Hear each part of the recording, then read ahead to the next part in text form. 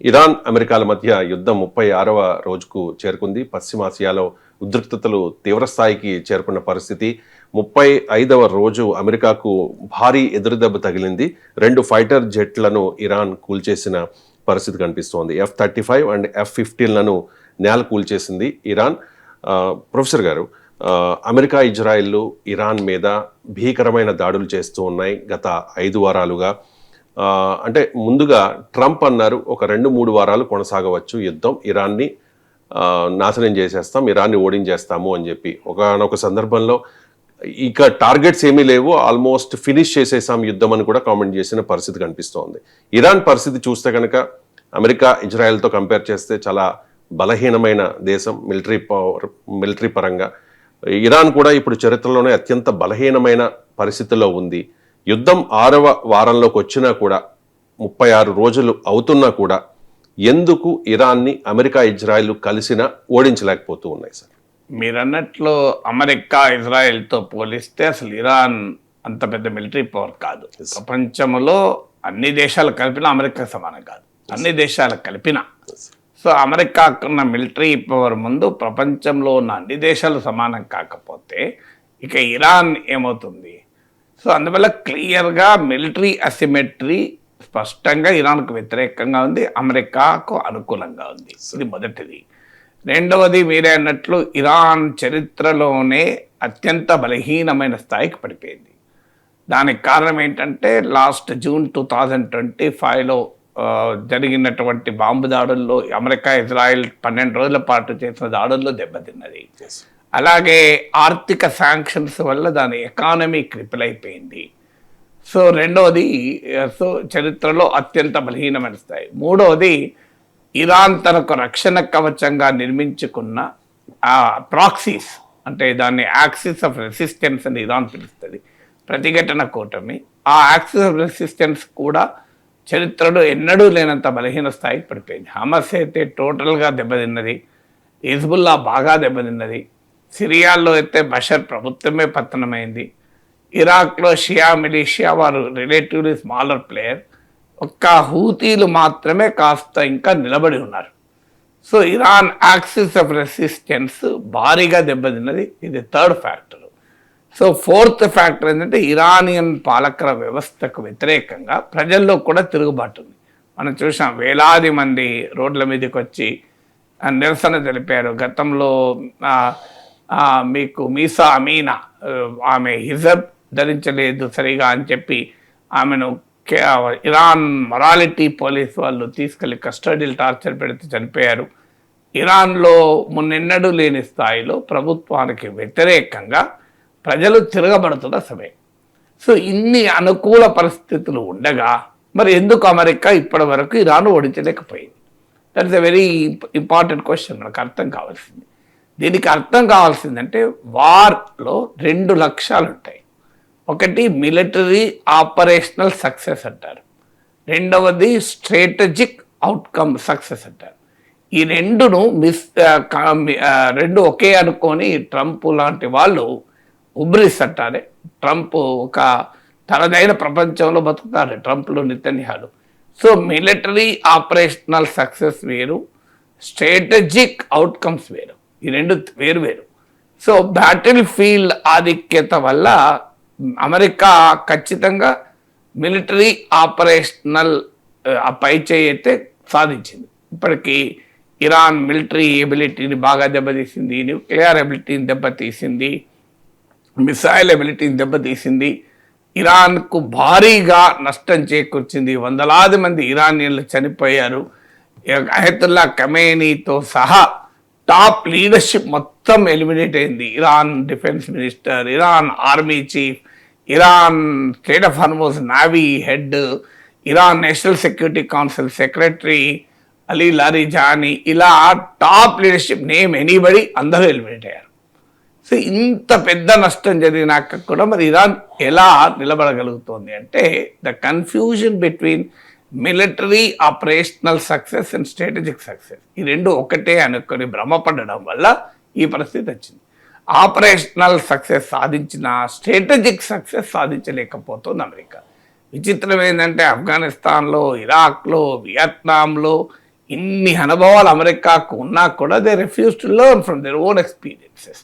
So strategic success ఎందుకు సాధించలేకపోయారని అర్థం చేసుకోవాలి.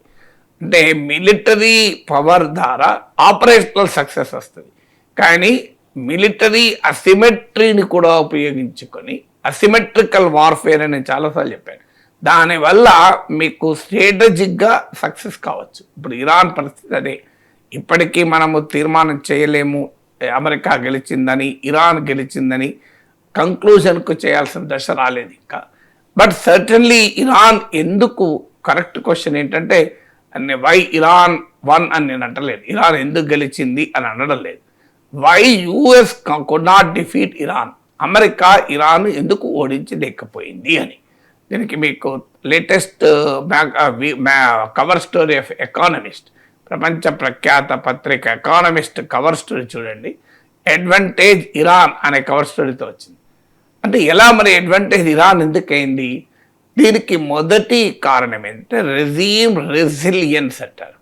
అంటే ఇరాన్లో ఉన్న పాలక వ్యవస్థ ట్రంప్ ఊహించినంత బలహీనంగా లేదు, పేకమేడలా కూలిపోతుంది అని అనుకున్నాడు అనడం కన్నా నెతన్యాహు చెప్పాడు, ట్రంప్ నమ్మాడు. ఇరాన్ అమెరికా సొంత ఇంటెలిజెన్స్ పైన ఆధారపడకుండా నెతన్యాహు పైన ఆధారపడ్డారు. అందువల్ల సొంత విచక్షణ జ్ఞానం లేకుండా ఇతరుల చెప్పుడు మాటలపైన వినబడ్డవాడు మన సమాజంలో చాలామంది కనబడతారు. చెప్పుడు మాటలతో చెడిపోకురా అని చెప్తుంటారు చూడండి. మన చిన్నప్పటి నుంచి మన అమ్మమ్మ నాన్నమ్మ చెప్తారు, అరే చెప్పుడు మాటలు చెడిపోకురా అని. సో ట్రంప్కు ఎవరు చెప్పలేనట్టు వాళ్ళ అమ్మమ్మ నాన్నలు చెప్పనట్టున్నారు. సో చెప్పుడు మాటలు విని చెడిపోయాడు, సొంత ఇంటెలిజెన్స్ ఆధారం కాకుండా. సో ఇరాన్ రెజీమ్ చాలా బలహీనపడింది, ప్రజలు తీవ్రంగా వ్యతిరేకంగా ఉన్నారు. ప్రజలు ఏ క్షణమైనా తిరగబడి క్యాప్చర్ చేసుకుంటారు, మనం కాస్త దాడులు చేస్తే సరిపోతుంది అని ఒక రాంగ్ అసెస్మెంట్తో మొదలయ్యారు. సో అది వీరు ఊహించిన దానికన్నా రెజీమ్ రెసిలియన్స్ ఉంది. ఎందుకుంది అంటే 1979లో ఇస్లామిక్ రెవల్యూషన్ తర్వాత ఇస్లామిక్ రెజీమ్ అధికారంలోకి వచ్చినప్పటి నుంచి ఫియర్ ఆఫ్ అమెరికన్ వార్లో బతికింది. సో ఇది ఏమీ కొత్త ఏమీ కాదు, సర్ప్రైజ్ ఎలిమెంట్ ఏమీ లేదు. సో మీకు దొంగలు పడే వాతావరణం ఉన్న ప్లేస్లో ఏం చేస్తారు? సో అలారమ్స్ పెట్టుకుంటారు, సీసీటీవీలు పెట్టుకుంటారు, మీకు ఇంట్లో కొన్ని కావాలంటే దుడ్డు కర్రలు ఇనుప రాడ్లు పెట్టుకుంటారు, దొంగ వస్తే కొట్టడానికి ఎలక్ట్రిక్ కంపౌండ్ వాల్ ఫెన్స్ పెట్టుకుంటారు. ఇవన్నీ పెట్టుకొని రెడీ ఉంటాడు దొంగలు వస్తారని తెలుసు గనక. అంటే అలాగే అమెరికా వార్ చేస్తుందని తెలుసు గనక ఆ రెజీమ్ అన్ని రకాల జాగ్రత్తలు తీసుకుంది. ఎంత జాగ్రత్తలు తీసుకుందంటే ఒకరు పోతే ఒకరెవరు అనే ఒక చైన్ ఆఫ్ కమాండ్ ఒక 10 మందిని పెట్టుకున్నారు. సో నువ్వు ఎంతమంది అన్నా పోనీ ఇంకోటి వస్తూనే ఉంటాడు. సో అలాగే మీకు కంప్లీట్లీ డీసెంట్రలైజ్ చేశారు. సెంట్రలైజ్ కమాండ్ స్ట్రక్చర్ కాకుండా డీసెంట్రలైజ్డ్ కమాండ్ స్ట్రక్చర్ చేశారు. సో అందువల్ల మీకు ఒకరు పోయినా కూడా that system has worked. So అది రెజీమ్ రెసిలియన్స్ మొదటిది. రెండవది అమెరికా ఇజ్రాయెల్ ఎక్స్పెక్టేషన్ని మించి ability to retaliate Iran demonstrate చేయగలిగింది. అది వీకా స్ట్రాంగా ఎక్కువనా తక్కువనా అనే క్వాంటిటీ చెప్పలేం, కానీ beyond American expectations, beyond Israeli calculations, beyond global expectations కూడా Iran has shown unusual ability to retaliate. So ప్రతీకార దాడుల్ని చేయగలిగింది. అది కూడా వ్యూహాత్మక ప్రతీకార దాడులు. అంటే అమెరికాపైకి దాడులు చేయలే, మీరు గమనిస్తే పక్కనే ఉన్న గల్ఫ్ నేషన్స్ పైన దాడులు చేసింది. సో స్ట్రేట్ ఆఫ్ హర్మూజ్ను స్తంభింపజేసింది. సో ఈ స్ట్రాటజిక్ రిటాలియేషన్ ఇరాన్కు అప్పర్ హ్యాండ్ ఇచ్చింది. సో ఇలా స్టేట్ ఆఫ్ హర్మూజ్ను ఇన్ని రోజుల తర్వాత కూడా అమెరికా తెరిపించలేని దుస్థితిలో ఉంది. తోటి అరబ్ నేషన్స్ను ఇరాన్ దాడుల నుంచి, తన మిత్ర అరబ్ దేశాలను, ఫ్రెండ్లీ అలైడ్ అరబ్ నేషన్స్ను ఇరాన్ అటాక్స్ నుంచి కాపాడలేకపోయింది. చివరకు తన మిలిటరీ బేసెస్ను కూడా డ్యామేజ్ కాకుండా అమెరికా కాపాడుకోలేకపోయింది. చివరకు అమెరికన్ బిగ్ టెక్ కంపెనీలను కూడా కాపాడలేకపోతుంది. అమెజాన్ పైన దాడులు చూసాం మనం. సో అందువల్ల ఇరాన్ ఎబిలిటీ టు రిటాలియేట్ విషయంలో there is a big intelligence failure. Iran దగ్గర ఇంకా ఆ డెప్త్, రిటాలియేషన్ డెప్త్ ఎంత ఉందో ఎవరికి తెలియదు. ఇప్పటికీ అంటున్నారు ఏంటంటే ఇరాన్ తన దగ్గర ఉన్న లేటెస్ట్ అడ్వాన్స్ మిసైల్స్ ఇంకా వాడలేదని, ఇంకా అవి తీయలేదని. అవి తీస్తే అమెరికా వైపు కూడా చేరగలిగే స్థాయిలో ఇరాన్ దగ్గర మిసైల్స్ ఉన్నాయని అది మీకు వార్తలు వస్తుంది. ఎంత నిజమో తెలియదు కానీ డైరెక్టర్ నేషనల్ ఇంటెలిజెన్స్ తులసి గబాడ్ మాత్రం అమెరికన్ పార్లమెంట్కి ఇచ్చిన రిపోర్ట్లో 2030 నాటికి Russia, China, north Korea, Iran, Pakistan ఈ 5 దేశాలు అమెరికన్ చేరుకునేగలిగే, అమెరికాను టార్గెట్ చేయగలిగే మిసైల్ తయారు చేస్తారు అని చెప్పారు. 2030 వరకు చేస్తారని అమెరికానే ధృవీకరించింది. 2026లోనే ఇరాన్ కెపాసిటీ సంతరించుకుంది అనేది వార్తలు వస్తున్నాయి. ఇంత నిజమో తెలియదు. సో ఇది రెండో factor, ability to retaliate more than the calculations of Israel, more than the expectations America demonstrate చేయగలిగింది, ఇంకా చేస్తాను. అందుకే మీరు గమనించండి, F-35 యుద్ధ విమానాలని నిన్న కూడా ఒకటి కూల్చినామని చెప్పారు. 3 కూల్చే, మీకు నిన్న F-15E విమానాన్ని కూల్చి ఒక అమెరికన్ పైలట్ కూడా క్యాప్చర్ చేశారని చెప్పి వార్తలు వస్తున్నాయి.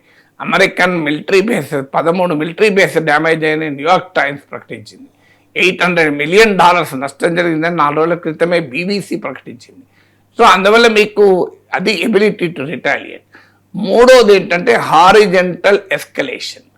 అసిమెట్రిక్ వార్ఫేర్లో కీలకమైంది ఏంటంటే హారిజెంటల్ ఎస్కలేషన్. అంటే అమెరికాతో నేరుగా యుద్ధం చేయకుండా మీకు ఈ తోటి అరబ్ దేశాలపైన ఇరాన్ పడింది, ముందే చెప్పింది, పడింది.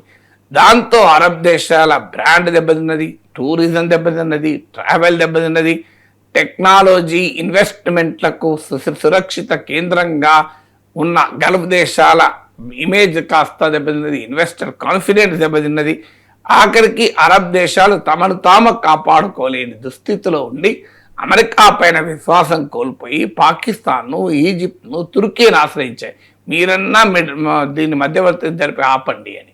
So clear helplessness of Arab nations కనబడుతుంది.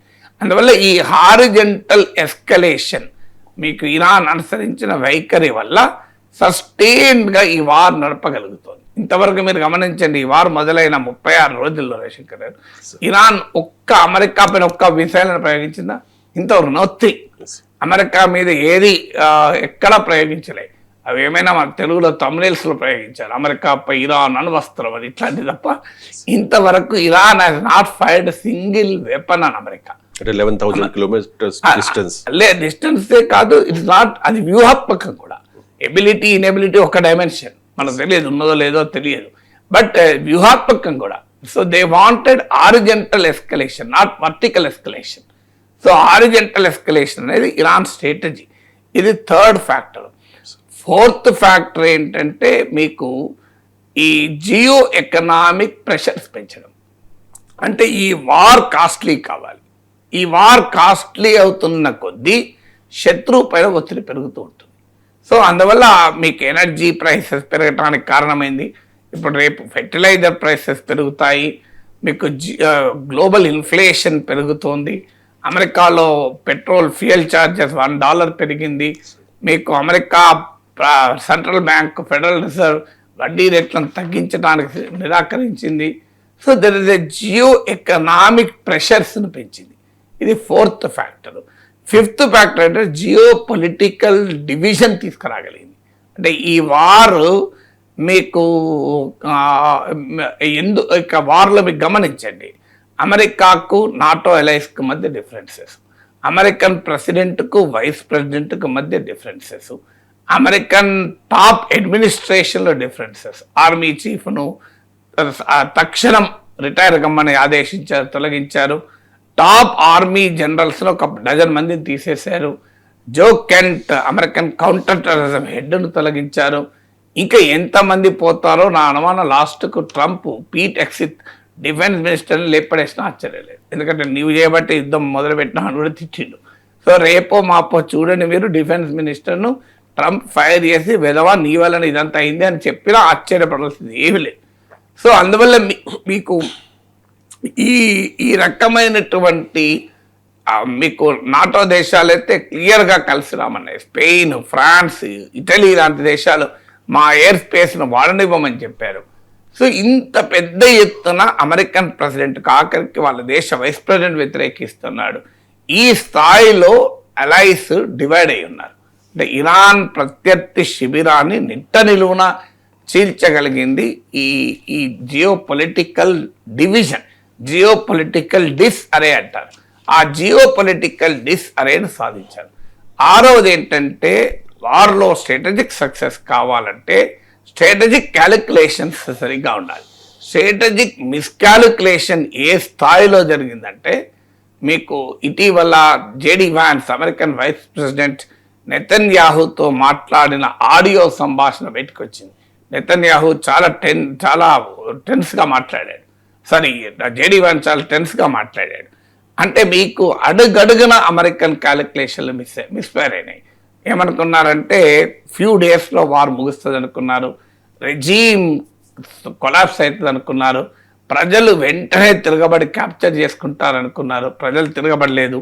ప్రపంచంలో ఉన్న తన అలయన్స్ అంతా కలిసి వస్తారనుకున్నాడు, ఎవరు కలిసి రాలే. పైగా మీకు ట్రంప్ ఈజ్ కన్ఫ్యూజ్, క్యావోటిక్గా మిగిలిపోయాడు.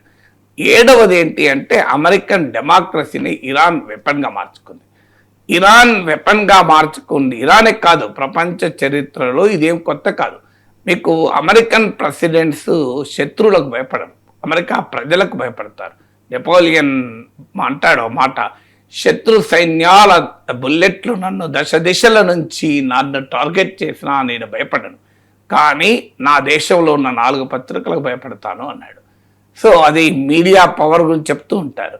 కానీ అందులో ఒక ఎసెన్స్ ఏంటంటే leaders of free world, leaders of democratic world are vulnerable to public pressures. ఇప్పుడు అమెరికా ప్రెసిడెంట్కు రేపు నవంబర్లో ఎన్నికలు ఉన్నాయి. ఇరాన్ ముస్తాఫా ఖమేనీకి ఎన్నికలే లేవు. సో నీకు పొలిటికల్ పవర్ అనేది ట్రంప్కు ముఖ్యం. పొలిటికల్ పవర్ అనేది నిరంతర పరీక్షలకు నిలబడాలి అమెరికాలో.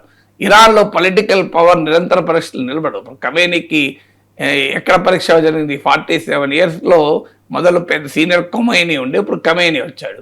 సో ఈయన దాదాపు మీకు I think more than 35 years దాకా నుంచి ఉన్నట్టున్నాడు. సో మరి ఈయన ఎవరు ఆపలేదు కదా. అమెరికాలో మీడియా స్క్రూటినీ ఉంటుంది, అమెరికాలో మీకు అపోజిషన్ ఉంటుంది. సో ఈ అమెరికన్ డెమోక్రసీని ఆయుధంగా మార్చుకున్నారు. మీకు రొనాల్డ్ రీగన్ లెబనాన్ నుంచి విత్డ్రా చేసుకోవటానికి కానీ, మీరు జార్జ్ బుష్ ఇరాక్లో ఇబ్బంది పడటానికి కానీ, అసలు 1979 రెవల్యూషన్, ఇస్లామిక్ రెవల్యూషన్ సమయంలో జిమ్మీ కార్టర్ భంగపడటానికి కానీ, ఇప్పుడు డొనాల్డ్ ట్రంప్ దెబ్బతినడానికి కానీ కామన్ ఫ్యాక్టర్ ఏంటి అంటే American democracy it self is a challenge to America and opportunity to Iran. ఎందుకంటే ఇరాన్ ప్రభుత్వానికి ఇవందరికీ సమాధానాలు చెప్పుకోవాల్సిన అవసరం లేదు. వాడు ఒక నియంత, వాళ్ళకి ఏముంది నడుస్తుంది. కానీ అమెరికాకి అది కాదే. దాంతో అమెరికా ఈ పబ్లిక్ ఒపీనియన్కు భయపడాల్సి ఉంటుంది. ఇప్పుడు ఆల్రెడీ అమెరికాలో ఈ వార్కు వ్యతిరేకంగా బలమైన పబ్లిక్ ఒపీనియన్ క్రియేట్ అయింది. గ్లోబల్ పబ్లిక్ ఒపీనియన్ క్రియేట్ అయింది అమెరికాకి. ఇది 7th. 8వ ఫ్యాక్టర్ ఏంటంటే ఇరాన్ వన్ ద నరేటివ్. ఈ వార్ మొదలైనప్పటి నుంచి మీకు క్లాసిక్ ఎగ్జాంపుల్ చెప్తాను. ఇజ్రాయెల్ దశాబ్దాలుగా పాలస్తీనా ప్రజల్ని అరిగోస పెట్టుకున్నది. వాళ్ళ ప్రాంతాలను ఆక్రమించింది, వాళ్ళ ప్రాంతాల్లోపై యూదుల సెటిల్మెంట్స్ పెట్టింది, వాళ్ళ ప్రాంతాల్లో వెళ్ళి యూదుల సెటిల్మెంట్కు రక్షణగా భద్రతా బలగాలు పంపించింది, ఆఖరికి పాలస్తీనీయులను బయటికి రాకుండా నిర్బంధించింది. ఇన్ని రకాల కష్టాలు పెట్టింది వాళ్ళను. వాళ్ళు భరించలేక హమస్ కిరాతకమైన దాడి ఇజ్రాయెల్ పైన చేశారు. మీరు గమనించండి, గ్లోబల్ పబ్లిక్ ఒపీనియన్ దుర్మార్గం, తీవ్రవాద చర్య, హమస్ పనికిమాల చర్య అని తిట్టారు. కానీ అంతకుముందు ఇజ్రాయెల్ దశాబ్దాలుగా పాలస్తీనా ప్రజల్ని అరిగోస పెట్టుకున్నది ఎవరికీ గుర్తులేదు. ఆ తర్వాత 1200 మంది ఇజ్రాయేలీల చావుకు కారణమైన హమస్ను అటాక్ చేయట పేరిట గాజాలో 72,000 మందిని ఇజ్రాయెల్ చంపేసినా ఎవడు పట్టుకోలేదు. చూడండి, అంటే that is how a narratives are built. Hamas జరిపిన దాడే ప్రపంచమంతా వ్యతిరేకించింది. ఇక్కడ ఎందుకంటే హమస్ను అగ్రెసర్గా చూశారు. ఇక్కడికి వచ్చే వరకు ఈ వార్ నరేటివ్లో ఘోరంగా అమెరికా దెబ్బతింది. అమెరికా ఇజ్రాయెల్ ఎందుకు వార్ చేశారు, ఏ పర్పస్తో వార్ చేశారు, ఈ వార్ కండక్ట్ కరెక్టా, ఇది అబ్సల్యూట్లీ ప్రపంచమంతా ఇంక్లూడింగ్ అమెరికాలో ప్రజలకు కూడా అసలు ఇది ఏం వార్, ఇది ఇరాన్తో ఎట్లా ప్రమాదము, ఇరాన్ వల్ల ఎందుకు ప్రమాదము, అసలు ఇరాన్ మన పైన ఒకే దాడి చేసిందా, ఏం చేసింది మనను, ఒకే ఇరాన్లో ఏ ప్రభుత్వం ఉంటే మనకేంది, అసలు వై దిస్ వార్ అన్నదానికి ట్రంప్ దగ్గర ఆన్సర్ లేదు. ఇట్ ఇస్ అబ్సల్యూట్లీ ఫెయిల్యూర్ అన్నట్టు, complete failure in building a narrative. దానివల్ల చూడండి మీరు భారతదేశంలో కూడా మోడీ ప్రభుత్వానికి వ్యతిరేకంగా పబ్లిక్ ఒపీనియన్ క్రియేట్ అయింది. నార్మల్గా మోడీ ఊహించింది, బీజేపీ ఆశించింది ఏంటంటే ఇరాన్ ముస్లిం కంట్రీ, అమెరికా ఇజ్రాయెల్ ఒక ముస్లిం అతివాద కంట్రీ పైన అటాక్ చేస్తే తమ హిందూ ముస్లిం నరేటివ్కు పర్ఫెక్ట్గా పనవుతుంది అనుకున్నారు. కంప్లీట్గా ఉల్టాయింది. మీకు జనంలో అరే అన్యాయంగా ఇరాన్ పైన అటాక్ చేశారు కదా అనే భావన ప్రజల్లో ఉండి ఇప్పుడు ఎంత తలకాయ పట్టుకుంటున్నారంటే ఇడిగించుకుంటున్నారు. దాని క్లాసిక్ ఎగ్జాంపులే ఖమేనీ అంత హత్య తర్వాత సంతాపం తెలప నిరాకరించిన భారతదేశం 2 రోజుల తర్వాత పిచ్చేముడై మళ్ళీ పోయి సంతకం పెట్టి సంతాపం తెలిపారు. అదొకటి ఎగ్జాంపుల్ కదా. సో అందువల్ల అంత కంప్లీట్ మిస్కాలిక్యులేషన్. సో ఇండియా నమ్మింది పూర్తిగా అమెరికాను. నెతన్యాహు ఏం చెప్తే నమ్మాడు మోడీ. ఈ ప్రభుత్వం ఎక్కువ కాలం ఉండదు, ఖమేనీ ఆ తర్వాత యుద్ధం ఎక్కువసేపు ఉండదు, అసలు యుద్ధమే జరగదని అనుకున్నారు. Completely misled. ఎందుకు? నెతన్యాహు మాటలు ట్రంప్ నమ్మాడు, మోడీ నమ్మాడు. వీళ్ళిద్దరే నమ్మింది, ఇంకెవరు నమ్మలే ప్రపంచంలో. ఇద్దరు భంగపడ్డారు, మీరు గమనించండి. సో లేకపోతే నిజంగానే ఈ వార్ ఈ రకంగా ఉంటుంది, అవుట్కమ్ ఈ రకంగా ఉంటుంది అనుకుంటే నరేంద్ర మోడీ ఇజ్రాయెల్కి పోయేవాడే కాదు. పోయినా ఒకవేళ అంత ఓవర్గా సపోర్ట్ చేసేవాడు కాదు. కానీ నెతన్యాహు నమ్మాడు, ఏం కాదంటే వెళ్ళిపోయాడు. తాను ఈ వార్లో ఎలాగో ఇజ్రాయెల్ గెలుస్తుంది, ఇరాన్లో రెజీమ్ చేంజ్ వస్తుంది, సో నాకు కొత్త రెజీమ్తో నాకు బ్రహ్మాండమైన రిలేషన్స్ ఉంటాయి, ఇజ్రాయెల్తో రిలేషన్స్ ఉంటాయి, బెనిఫిట్ అవుతానని వెళ్ళారు. కంప్లీట్గా ఫారిన్ పాలసీ బ్లండర్ బయటపడేది. సో అందువల్ల మీకు ఈ కారణాలన్నీ ఇప్పుడు మీకు ఇన్ని రీజన్ చెప్పాను. స్ట్రాటజిక్ మిస్కాలిక్యులేషన్స్ వస్తే ఏ రకంగా ప్రమాదం ఉంటుందని. అందువల్ల మీరు ఈ war outcome is not determined by military operational upper hand, it is determined by the resilience of the regime అంటారు. అంటే యుద్ధము అసిమెట్రిక్ వార్ఫేర్లో హెన్రీ కిసింజర్ 1969లో చెప్పిన మాటని ఎదురు కూడా ఉదరించారు. A conventional army loses if it doesn't win, a guerrilla army wins if it doesn't lose. అంటే సాంప్రదాయ ఆర్మీ గెలవకపోతే ఓడిపోతుంది. ట్రంప్ పరిస్థితి ఇప్పుడు ఇది, అమెరికా పరిస్థితి గెలవకపోతే ఓడిపోతుంది. మీకు ఆఫ్ఘనిస్తాన్లో అమెరికా పరిస్థితి అదే.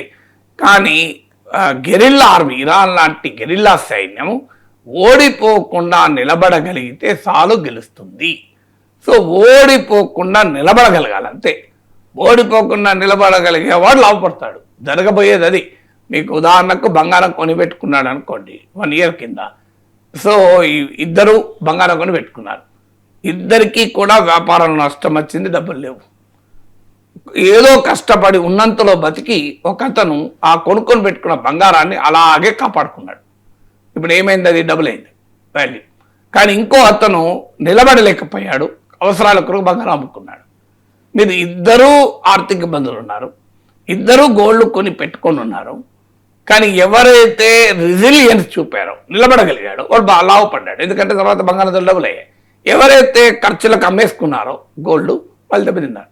అంటే ability to maintain survive matters lot. మీకు మన ఇళ్ళల్లో కూడా కనబడతారు చూడు, 20 ఏళ్ళ 30 ఏళ్ళ కింద ఏదో ఉన్నంతలో బతికి కష్టపడి ఆ పొలం కాపాడుకున్నాడు, ఇవాళ బ్రహ్మాండంగా కోట్ల ఆస్తిపరుడైన. కానీ చిన్న చిన్న ఖర్చులకే పొలం అమ్ముకున్నవాడు ఇవాళ చూడండి పరిస్థితి ఏమి లేకుండా అయిపోయాడు. అంటే ఎకనామీలో కానీ వార్లో కానీ రెసిలియన్స్ మ్యాటర్స్. సో ఆ రెసిలియన్స్ చూపగలిగితే నిలబడతారు, రెసిలియన్స్ చూపకపోతే దెబ్బతింటారు. మీరు అందుకే చూడండి దాంపత్య జీవనంలో కూడా చాలా గొడవలు అయ్యేవాడు కూడా విడాకులు తీసుకోకుండా బతుకుతారు. ఎందుకు? ఓపిక పడతారు. ఎవరో ఓపిక పడితే ఎన్నడో ఒక రోజు దే విల్ రియలైజ్ అయ్యి కలిసి ఉంటారు. కానీ ఓపిక పట్టణ వాళ్ళని చూడండి 6 నెలలకే విడాకులు తీసుకుంటారు. నిజం చెప్పాలంటే వీళ్ళకి తక్కువ గొడవలే, వాళ్ళకి ఇంకా ఎక్కువ గొడవలు ఉంటాయి, భయంకరం గొడవలు ఉంటాయి. కానీ భయంకరంగా గొడవలు అయిన వాడి దాంపత్యం నిలబడుతుంది, తక్కువ గొడవలైన వాడి దాంపత్యం ఫెయిల్ అయ్యి విడాకులు అవుతుంది. ఎందుకు అవుతుంది? రెసిలియన్స్ అంటారు. అంటే ఏంటి? ఓపిక పట్టగలగాలి, సహనం చూపెట్టగలగాలి. సో ఇరాన్ ఆ రెసిలియన్స్ చూపుతోంది కనుక ఎండ్యూరెన్స్ వచ్చింది. అమెరికా కొమ్మ రెసిలియన్స్ చూపలేకపోతుంది కనుక ఇబ్బందులు పడుతుంది. అందుకే మిలిటరీ ఆపరేషనల్ ఎబిలిటీ కాదు డిసైడ్ చేసేది, రెసిలియన్స్ ఎండ్యూరెన్స్ అనేది వార్ అవుట్కమ్ను డిసైడ్ చేస్తారు. అందుకే మీరు అడిగిన ప్రశ్నకు అమెరికా ఇరాన్ ఓడించకపోవటానికి కారణం ఇరాన్ చూపుతున్న రెసిలియన్స్, ఇరాన్ చూపుతున్న ఎండ్యూరెన్స్, అంటే దాడుల్ని తట్టుకొని నిలబడగలుగుతుంది. అదే ఇరాన్కు రక్షణగా మారిపోయింది. వివాహం చేసుకుంటానని ప్రేమలో కొనసాగి అది విఫలమైతే అది మోసం చేసినట్టు కాదు, నేరం కాదు అంటూ తెలంగాణ హైకోర్టు సంచలన తీర్పునిచ్చింది సార్. మోసం చేయాలన్న ఉద్దేశంతోనే వివాహం చేసుకుంటానని ప్రేమను నటించినట్టు ఆధారాలుంటేనే అది నేరము అని తేల్చి చెప్పింది సార్. విఫల ప్రేమ నేరం కాదు, అది వాగ్దాన వైఫల్యమే అంటుంది సార్. అంటే దీనికి అర్థం కావాలంటే కేసు ఏంటో అర్థం కావాలి సార్. తెలంగాణకు చెందిన కేసు ఇది. ఈ కేసు ఏంటంటే ఒకరు గవర్నమెంట్ ఎంప్లాయీ, ఒకరు బ్యాంక్ ఎంప్లాయీ. సో అంటే మగతను 5 ఏళ్ల క్రితం 2018 నుంచి ప్రేమించుకుంటున్నారు. 8 ఏళ్ల క్రితం, 5 ఏళ్ల క్రితం అనుకుంటారు. సో 5 ఏళ్ళగా ప్రేమించుకుంటున్నారు. వారిద్దరి మధ్య వివాహేతర సంబంధం, పెళ్లి కాలేదు కానీ ఆల్రెడీ సెక్షువల్ రిలేషన్షిప్ ఉంది. 2 years క్రితం ఆ అమ్మాయి కన్సీవ్ కూడా అయింది. ఇద్దరు సమ్మతితోనే అబార్షన్ కూడా చేయించుకున్నారు, ప్రెగ్నెన్సీని టర్మినేట్ కూడా చేసుకున్నారు. 5 ఏళ్ల తర్వాత ఆ అబ్బాయి ఇంకోరు పెళ్లి చేసుకున్నారు. ఆయన 26 years, అంటే ఈమెకు అమ్మాయికి 26 years, అబ్బాయి వయసు లేదు. సో 21 years అప్పుడు ఆమె ప్రేమలో పడింది. ఆ 5 ఏళ్ల పాటు లైంగిక సంబంధం, సెక్షువల్ రిలేషన్షిప్ ఉంది. మధ్యలో కన్సీవ్ అయింది. ప్రెగ్నెన్సీని ఇద్దరు అనుకునే టర్మినేట్ చేశారు. ఇప్పుడు 26 ఏళ్ళ అమ్మాయికి ఇతను పెళ్లి చేసుకోకుండా వేరే పెళ్లి చేసుకున్నాడు. సో ఆ అమ్మాయి కేసు పెట్టింది. ఎందుకంటే ఇవి ఎందుకు ఇంత వివరంగా చెప్తున్నా అంటే ఇది రొటీన్గా మన సమాజంలో జరిగేటి, తెలవాలి లా ఏంటి అనేది కూడా.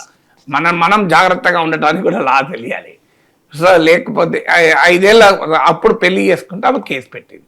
సో నన్ను పెళ్లి చేసుకుంటానని వాగ్దానము చేసి మోసం చేశాడు, నాతో సెక్షువల్ రిలేషన్షిప్లోకి ఎంటర్ అయ్యాడు, వివాహం చేసుకుంటాడు గనక నేను ఆ రిలేషన్షిప్లోకి ఎంటర్ అయ్యాను, అందువల్ల ఇప్పుడు పెళ్లి చేసుకోవడం లేదు గనక అది రేప్ కిందికి అవుతుంది, నన్ను చీటింగ్ చేసిన కిందికి వస్తుంది అని రేప్ అండ్ చీటింగ్ అని ఇలాంటి కేసులు పెడితే సాధారణంగా మన పోలీసులు ఏం చేస్తారు, వెంటనే ఎఫ్ఐఆర్ దాఖలు చేశారు, కేసు పెట్టారు.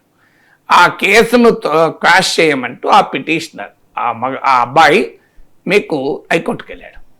సో ఇక్కడ మనకు అర్థం కావాల్సింది అంటే హైకోర్టు ఇచ్చిన తీర్పులో కొన్ని కోర్టు కేసులు ఉదహరించింది. సో ఒకటి ఏంటంటే national capital territory Delhi case, Delhi high court ఇచ్చిన case, I think subject correction సైటేషన్ను Prashant versus national capital territory of Delhi. ఈ కేసులో ఢిల్లీ హైకోర్టు చెప్పింది ఏంటంటే ఒక consensual relationship between adults cannot be treated as a criminal offence అని. అంటే పరస్పర అంగీకారంతో ఇద్దరు వయోజనులు లైంగిక సంబంధంలోకి ఎంటర్ అయితే అది నేరంగా పరిగణించలేము అని. సో అందులో ఒకరు మైనర్ అయితే నేరం అవుతుంది ఖచ్చితంగా, ఇండ్యూస్మెంట్ కిందకి వస్తాయి, ఇది క్రిమినల్ అఫెన్స్ కాదు అని. సో దీని ప్రకారం ఇప్పుడు 5 ఏళ్ల కిందటి నుంచి వీరి మధ్య సెక్షువల్ రిలేషన్షిప్ నడుస్తోంది, మధ్యలో ఈవెన్ ప్రెగ్నెన్సీ దాకపోయి అబార్షన్ దాకపోయిందంటే క్లియర్గా ఇట్ ఈస్ కన్సెన్షువల్. అంటే ఆ అమ్మాయి 21 ఏళ్ళ వయసులో అడల్ట్ అయ్యాక జాబ్ చేసుకుంటూ వర్కింగ్ ఉమెన్ అయి అన్నీ తెలిసి ఇతనితో సంబంధం పెట్టుకుంది. అంటే ఇది ఆ సమ్మతితోనే అంగీకారంతోనే జరిగింది కనుక ఇది నేరంగా పరిగణించరాదు అని నేషనల్ క్యాపిటల్ టెరిటరీ కేసును ఉదహరించారు. రెండవది ఏంటంటే ఇంకో 2 సుప్రీంకోర్టు జడ్జిమెంట్లు ఉన్నాయి. Udayaranjan Prasad Verma versus state of Bihar, Pramod Suryabhan Pawar versus state of Maharashtra. ఈ 2 తీర్పుల్లో సుప్రీంకోర్టు చెప్పింది ఏంటంటే వివాహము చేసుకుంటామని అనుకొని హామీ ఇచ్చి ఇద్దరు వయోజనులు గనక కన్సెన్షువల్ సెక్షువల్ రిలేషన్షిప్ అంటే ఉమ్మడి సమ్మతితో లైంగిక సంబంధంలోకి ఎంటర్ అయితే అది వాగ్దాన భంగమే అయితే తప్ప మోసము కాదు అని. అంటే మోసము అని అనటానికి కావాలనే మోసపూరితంగా వివాహం చేసుకుంటానని హామీ ఇచ్చినట్లు ఆధారాలు ఉండాలి. ఎట్లుంటే ఆధారాలు ప్రైజుల కిందది. సో ఇక్కడ మోసపూరితంగానే పెళ్లి చేసుకునే ఉద్దేశం లేకుండానే కావాలని సెక్షువల్ రిలేషన్షిప్లోకి తీసుకురావటానికి ఆమెకు పెళ్లి చేసుకుంటానని మాయమాటలు చెప్పాడా? Nobody knows. కోర్టు అనేది చెప్పాడని దానికి ఆధారాలు ఏమున్నాయి? అది నిజమైతే మీరు 5 ఏళ్ల వరకు ఈ సంబంధాన్ని ఎలా కొనసాగించారు? పరస్పర ఆమోదముతోనే అబార్షన్ చేయించుకున్నారు కదా, మరి అలాంటప్పుడు ఏ విధంగా చెప్పగలం మోసం చేశారని అన్నది.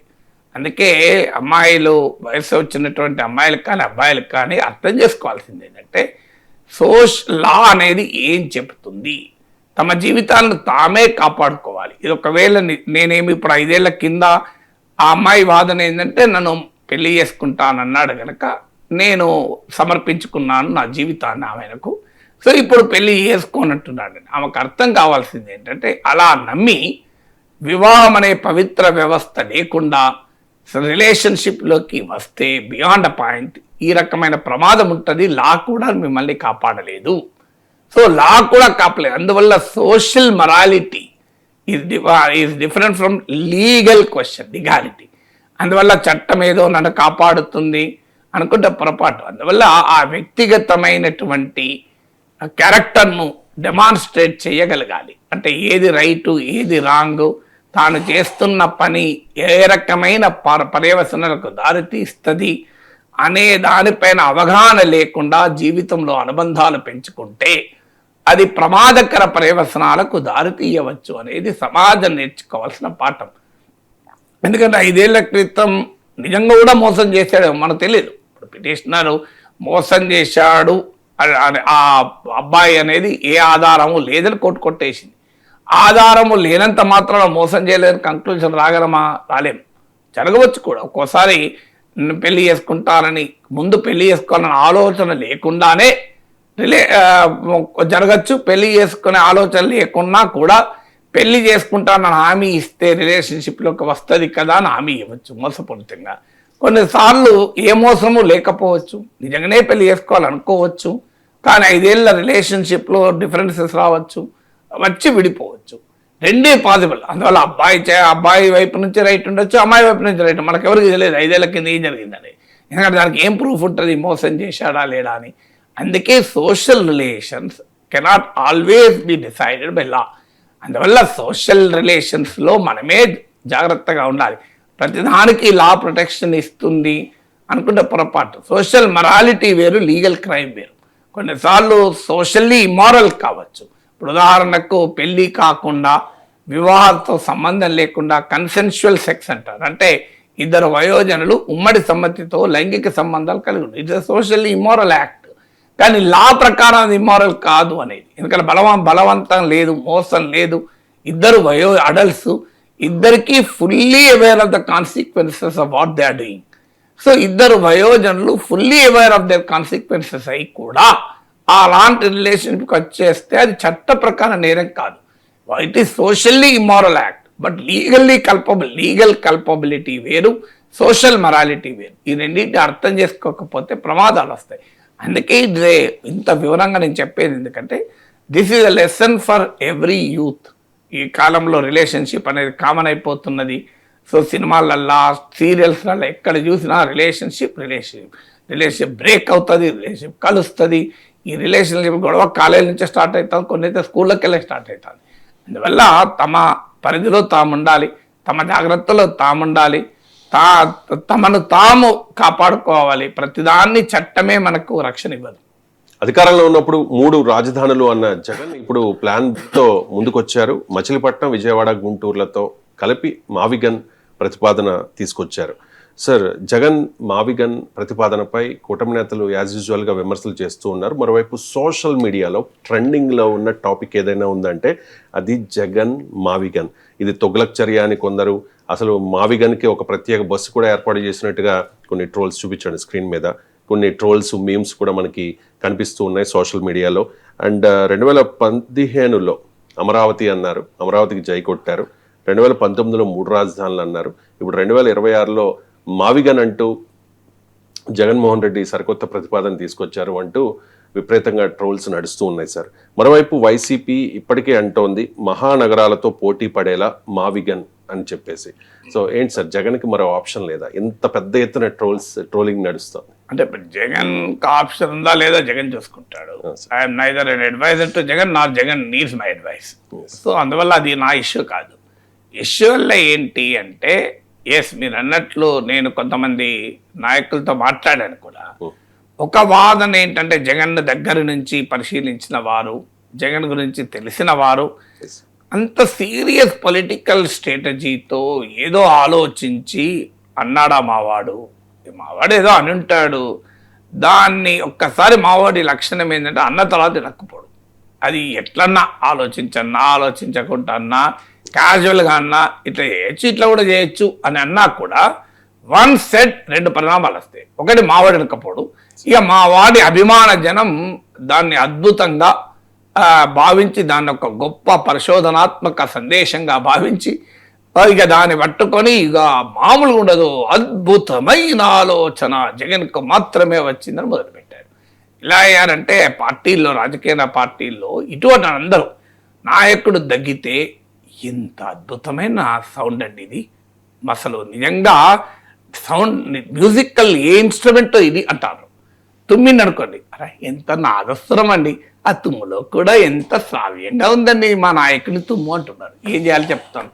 దగ్గినా తుమ్మినా కూడా వారికి అది మధుర సంగీతంలాగా వినపడతాను. అంత పిచ్చి అమ్మలయ్యారు. అంటే తన వ్యక్తిత్వము, తన ఆలోచన పరిధిని వదిలేసుకొని కంప్లీట్గా సెల్ఫ్ సరెండర్ అయిపోయిన ఒక పిచ్చి అభిమాన జనం ఈ రాజకీయాల్లో కులం కారణానికి కావచ్చు, రాజకీయం కారణానికి కావచ్చు, రకరకాల కారణాలు తయారయ్యారు. అందువల్ల ఏమైతే నాయకుడు ఒకటి చెప్పితే ఇక దాని కింద వాళ్ళందరూ అదే పట్టుకొని మనం ఇక పోతూనే ఉంటారు, ఎక్కడికైనా పోతుంది. అది జగన్ మావిగనైనా, చంద్రబాబు జంతుకోవైనా జరుగుతున్న పరిణామం అది. నాయకుడు ఒక మాట అంటే ఇక దాన్ని ఆదేశంగా తీసుకొని సహస్ర యోజనాలు పర్యటించి ఇక మామూలుగా దాన్ని బీభత్సం చేయడం లేదు. సో అదొక ఫ్యాక్టర్ అయి ఉంటుంది. రెండో ఫ్యాక్టర్ ఏంటంటే ఒక పొలిటికల్ స్ట్రాటజీ. సో ఇప్పుడు 3 రాజధానులకు వెళ్ళదలుచుకోలేదు, అమరావతికి రాదలుచుకోలేదు. ఏం చేయాలి? మధ్యలో మావిగన్లో ఆగాడు. సో మీకు అంటే మీకు 2 ప్రాబ్లమ్స్. అటు మళ్ళీ 3 రాజధానులకు పోతే అబాస్ పాలవుతారు, కోర్టులో కూడా ఉంది, అది తేలలేదు. 5 ఏళ్ళు అధికారంలో ఉన్నా దానికేమీ లాజికల్ అండ్ తేలేకపోయాడు. విశాఖపట్నానికి రేపు వెళ్తా, మాపెళ్తా, సో రేపే వెళ్ళి అక్కడ ఉంటా అని మొదలుపెట్టి ఉగాదికి వెళ్తా, దసరాకి వెళ్తా అని డేట్లు ఇచ్చాడు, ముహూర్తాలు పెట్టాడు, పోలేదు. ఈలోగా చంద్రబాబు నాయుడు ఈసారి తప్పు జరగకుండా, లాస్ట్ టైం ఫస్ట్ టర్మ్లో పర్మనెంట్ బిల్డింగ్స్ ఏవి కట్టక తప్పు చేశాడు. అందుకే ఈసారి జాగ్రత్త పడుతున్నారు. మీరు నిన్న కూడా అన్నాడు చూడండి, 2028 వరకు పూర్తి చేసి నరేంద్ర మోడీ చేత ప్రారంభోత్సవం చేయిస్తాను అని. సో అందువల్ల ఖచ్చితంగా ఐకానిక్ స్ట్రక్చర్స్ పూర్తవుతాయి, చాలా పర్మనెంట్ బిల్డింగ్స్ వస్తాయి, ఇన్ఫ్రాస్ట్రక్చర్ వస్తుంది, 1000 కోట్లు ఆల్రెడీ ఖర్చు అవుతుంది. That makes Jagan impossible to go back. 3 రాజధానుల పోలేడు జగన్, అమరావతిని వదలలేడు జగన్. ఎందుకు అంటే ఇంత జరిగాక జగన్ పోతా అంటే జనం యాక్సెప్ట్ చేస్తారా? ఇంపాసిబుల్. నువ్వు ఏది లేనప్పుడు అంటే యాక్సెప్ట్ చేశారు, టెంపరీ బిల్డింగ్స్ ఉన్నప్పుడు. ఇప్పుడు ఇంత జరిగాక జగన్ వెనక్కి పోలేడు. నచ్చినా నచ్చకపోయినా ఆయన అమరావతిలోనే కూర్చోవాలి అని చెప్పి అమరావతిని యాక్సెప్ట్ చేస్తే పొలిటికల్ డిఫీట్గా ఫీల్ అవుతున్నాడు. అంటే 3 రాజధానులకు పోలేడు, అమరావతికి రాలేడు. అంటే తన వైఖరికి నిలబడలేడు, చంద్రబాబు వైఖరిని సమర్థించలేడు. ఏం చేయాలి మరి? అందువల్ల చంద్రబాబు వైఖరిని పట్టుకున్నాడు. తన వైఖరి కాదు మావిగన్ అంటే. సో మీకు మావిగన్ వైజాగ్ చాలా దూరం, చంద్రబాబు అమరావతికి చాలా దగ్గర. అందువల్ల చంద్రబాబు అమరావతి, మావిగన్ అంటే అమరావతి కదా, అమరావతిలో మావిగన్ భాగమే, మావిగన్లో అమరావతి భాగమే కదా. ఇప్పుడు మచిలీపట్నం, విజయవాడ, గుంటూరు, అమరావతి ఎక్కడుంది? విజయవాడ, గుంటూరు మధ్యలో ఉంది కదా. సో మావిగన్ అమరావతి పార్ట్ ఆఫ్ మావిగన్. అందువల్ల మీరు అమరావతి అంటే ఇంకా దాన్ని విస్తృతం చేసి నేను మావిగన్ అంటాను అన్నాడు. అదొక రాజకీయ వ్యూహం. అంటే అమరావతికి తాను వ్యతిరేకం కాదు అని చెప్పడానికి ఒక 3 రాజధానులు, విశాఖ రాజధాని అంటే మనం అమరావతి వ్యతిరేకం కదా అంటాడు. అందువల్ల నేను అమరావతికి వ్యతిరేకం కాదు. ఉదాహరణకు మావిగన్ అంటే మీరు అమరావతి అని 29 గ్రామాలకు పరిమితం చేస్తే నేను 3 ఉమ్మడి జిల్లాలకు చెప్తున్నా రాజధాని అని అక్కడి కృష్ణా, గుంటూరు ప్రజల్ని నమ్మించేటువంటి ఒక వ్యూహం. ఈ వ్యూహం సక్సెస్ అవుతుందా? I don't think. ఎందుకంటే మావిగన్ ఇలా నేను నిన్న కూడా చెప్పాను, అదే మావిగన్ అనేది ఒక నగరం ఎట్లయితుంది, ఒక క్యాపిటల్ టెరిటరీ వేరు. National capital territory of Delhi అంటే ఢిల్లీ రాదు, ఇతర ప్రాంతాలు కూడా వస్తాయి, కానీ అవి రాజధానికి కాదు. దట్స్ ఎ గ్రేటర్ మీకు హైదరాబాద్, గ్రేటర్ విశాఖ ఉంది. ఐ థింక్ గ్రేటర్ విశాఖలో మీకు విశాఖ కాని ప్రాంతాలు కూడా ఉంటాయి కదా. మరి greater Visakha cannot be capital, Visakha will be capital. మీకు Hyderabad is capital, capital Shankarpally కాదు, క్యాపిటల్ మీకు మొయినాబాద్ కాదు, క్యాపిటల్ ఘట్కేశ్వర్ కాదు. ఇవన్నీ చుట్టూ ఉండొచ్చు కానీ క్యాపిటల్ కావాలి. ఇవన్నీ మరి ఇవన్నీ హైదరాబాద్లో భాగమైపోయినాయి అంటే భాగమైనాయి. క్యాపిటల్ హైదరాబాద్ అంటారు తప్ప క్యాపిటల్ మోకిల్లా, క్యాపిటల్ మొయినాబాద్, శంకర్పల్లి, ఘట్కేశ్వర్, మనకు భువనగిరి క్యాపిటల్ అంటారా? అనం కదా. క్యాపిటల్ ఇది హైదరాబాద్. సికింద్రాబాద్ కూడా అన్నాం, సికింద్రాబాద్ హైదరాబాద్ కలిసే ఉంటాయి కానీ సికింద్రాబాద్ కూడా క్యాపిటల్ అన్నాం కదా, హైదరాబాద్ క్యాపిటల్ అంటాం. అది బేసిక్ థింగ్ కదా. ఒక నగరం క్యాపిటల్ అవుతుంది, ఓ రీజన్ క్యాపిటల్ కాదు. మావిగన్ ఇది రీజన్, నాట్ ఎ సిటీ. ఒక క్యాపిటల్ రీజన్ ఇది డిఫరెంట్ ఫ్రమ్ క్యాపిటల్. ఆ ఫండమెంటల్ డిఫరెన్స్ మిస్ అవుతున్నాడు జగన్. మావిగన్ ఇది అమరావతి క్యాపిటల్ అయితే మావిగన్ క్యాపిటల్ రీజన్ కావచ్చు. అయ్యా మీరు సిఆర్డిఏ పరిధిని విస్తరించి మచిలీపట్నం, విజయవాడ, గుంటూరులను కలిపి సిఆర్డిఏను మావిగన్ చేయండి అంటే there is a logic in it. CRDA అక్కడక్కడే కాదు, ఇంకా విస్తృతం చేస్తే ఒక 85 లక్షల ప్రజలు ఉంటారు, ఒక ఎయిర్పోర్ట్ ఉంటుంది, ఓ విమానాశ్రయం ఉంటుంది. నేను చెప్తున్నారు కదా, కలకత్తాకు ఎయిర్పోర్ట్ ఉంది, మీకు చెన్నైకి ఎయిర్పోర్ట్ ఉంది, సీపోర్ట్ ఉంది, అందుకే చెన్నై డెవలప్ అయింది. ముంబైకి ఎయిర్పోర్ట్ ఉంది, సీపోర్ట్ ఉంది, అది అందుకే డెవలప్ అయింది అని లాజిక్ చెప్తున్నారు కదా. ఆ లాజిక్ కలుస్తుంది. ఏది మీరు సిఆర్డిఏ పరిధిని విస్తరించండి, అమరావతి రాజధానిగా ఉంటూ మావిగన్ను క్యాపిటల్ రీజన్ ఏరియా డెవలప్మెంట్ అథారిటీగా ఈ మూడింటిని కలపండి, అది గ్రోత్ ఇంజన్ అవుతుంది అంటే ఇది లాజిక్ ఇన్ ఇట్. కానీ అది అనడాలి అంటే మళ్ళీ చంద్రబాబు నాయుడు అమరావతి ఒప్పుకున్నట్టు అవుతుంది. సో అందువల్ల అది అనకుండా మావిగన్ అన్నట్టు అంటే క్యాపిటల్ రీజన్కు మధ్య వస్తున్న కన్ఫ్యూజన్ ఇది. Capital difference from capital region. మరి అలాంటప్పుడు ఏంటి జగన్ ముందన్న ఆప్షన్? సార్ మరి ఏం చేస్తారైనా 3 రాజధానులోమో ప్రజలు తిరస్కరించారు, ఇప్పుడు వైజాగ్కు పోలేడు, అమరావతిలో ఉండలేడు, మరి ఏం చేయాలి సార్? వైజాగ్ ఎందుకు పోలేడంటే అమరావతిలో బిల్డింగ్స్ అయిపోయి ఇన్ఫ్రాస్ట్రక్చర్ అన్నీ అయిపోయాక అవన్నీ వదిలేసి ఖాళీగా పెట్టేసి వెళ్ళి విశాఖ పోతే రోజు ఎక్స్పోజ్ అవుతాడు అని చెప్పి మరి అమరావతికి వెళ్తే చంద్రబాబు టీడీపీ వాళ్ళు తక్కువ ఊకుంటున్నారు. చూడండి ఆఖరికి వచ్చాడు కదా అని. సో ఏం చేయాలి కనుక మావిగన్ చెప్పాలంటే అది చేయాల్సిన అవసరం లేదు.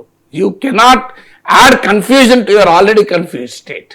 నువ్వు స్టేట్ ఆఫ్ మైండ్ కన్ఫ్యూజ్ ఉంటే నువ్వు మళ్ళీ ఇంకా కన్ఫ్యూజ్ అవుతాడు ఎట్లా? నీకు తలనొప్పితో ఉన్నావు, ఏం చేస్తావు నువ్వు?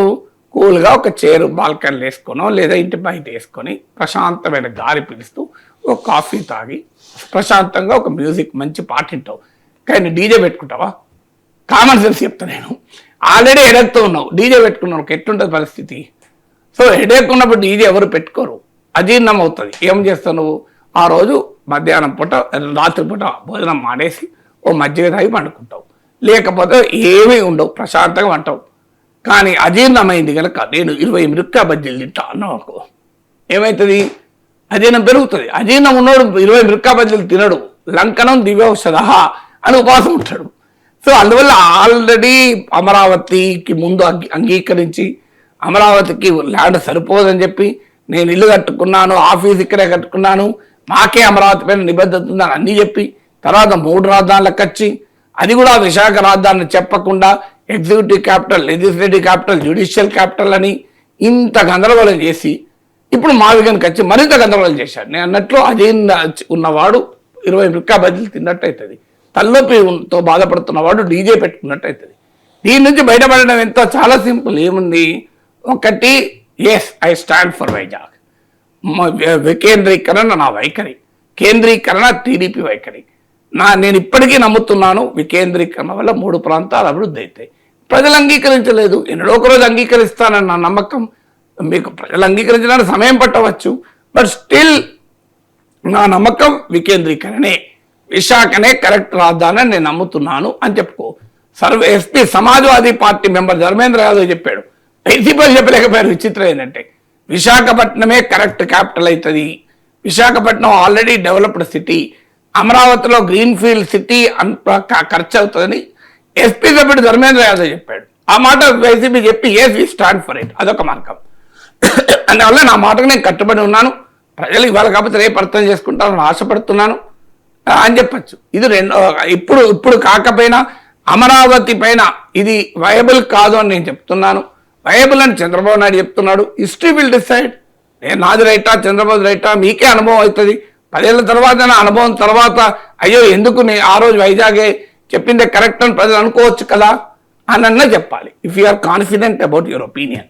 ఇదంతా ఏమి లేదు, Vizag capital, I stand for it. అది నాయకుల లక్షణం. లేదు ప్రజాస్వామ్యంలో మీకు నరేంద్ర మోడీ ఆప్షన్, నేను ఇద్దరు చాలాసార్లు చెప్పాను. నరేంద్ర మోడీ ఏం చేశాడు? వ్యవసాయ చట్టాలు తెచ్చాడు. ఇవన్నీ రైతులకు ఉపయోగమని అసలు మామూలుగా క్యాంపెయిన్ చేయలే. ఈ వ్యవసాయ చట్టాల వల్ల రైతులు లాభపడతారని భారతదేశంలో రైతులు నమ్మలే. వేల మంది రైతులు ఏడాది పాటు తీవ్ర పోరాటం చేశారు. ఇక రాజకీయంగా నష్టం జరుగుతుంది, దీన్ని కన్ఫ్యూజన్ పెంచకూడదు, ఆల్రెడీ హెడేక్తో ఉన్న డీజే పెట్టుకోవద్దు, ఆల్రెడీ అజీర్ణంతో ఉన్న మిల్కా బజ్జీలు తినొద్దు అనుకున్నాడు.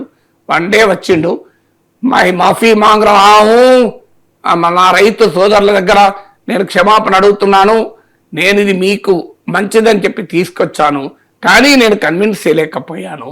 సో నేను మిమ్మల్ని కన్విన్స్ చేయలేకపోయాను కనుక మీ మాట మీద గౌరవంతో నేను వస్తున్నాను అన్నాడు. చూడండి, కంప్లీట్లీ అపోజిషన్గా ఆ మాట అన్నప్పటి నుంచి మోడీకి వ్యవసాయ చట్టాల పైన ఆయన మీద విమర్శలు లేవు, పొలిటికల్ అటాక్ లేదు, అసలు ఎవరు పట్టించుకుంటలేడు.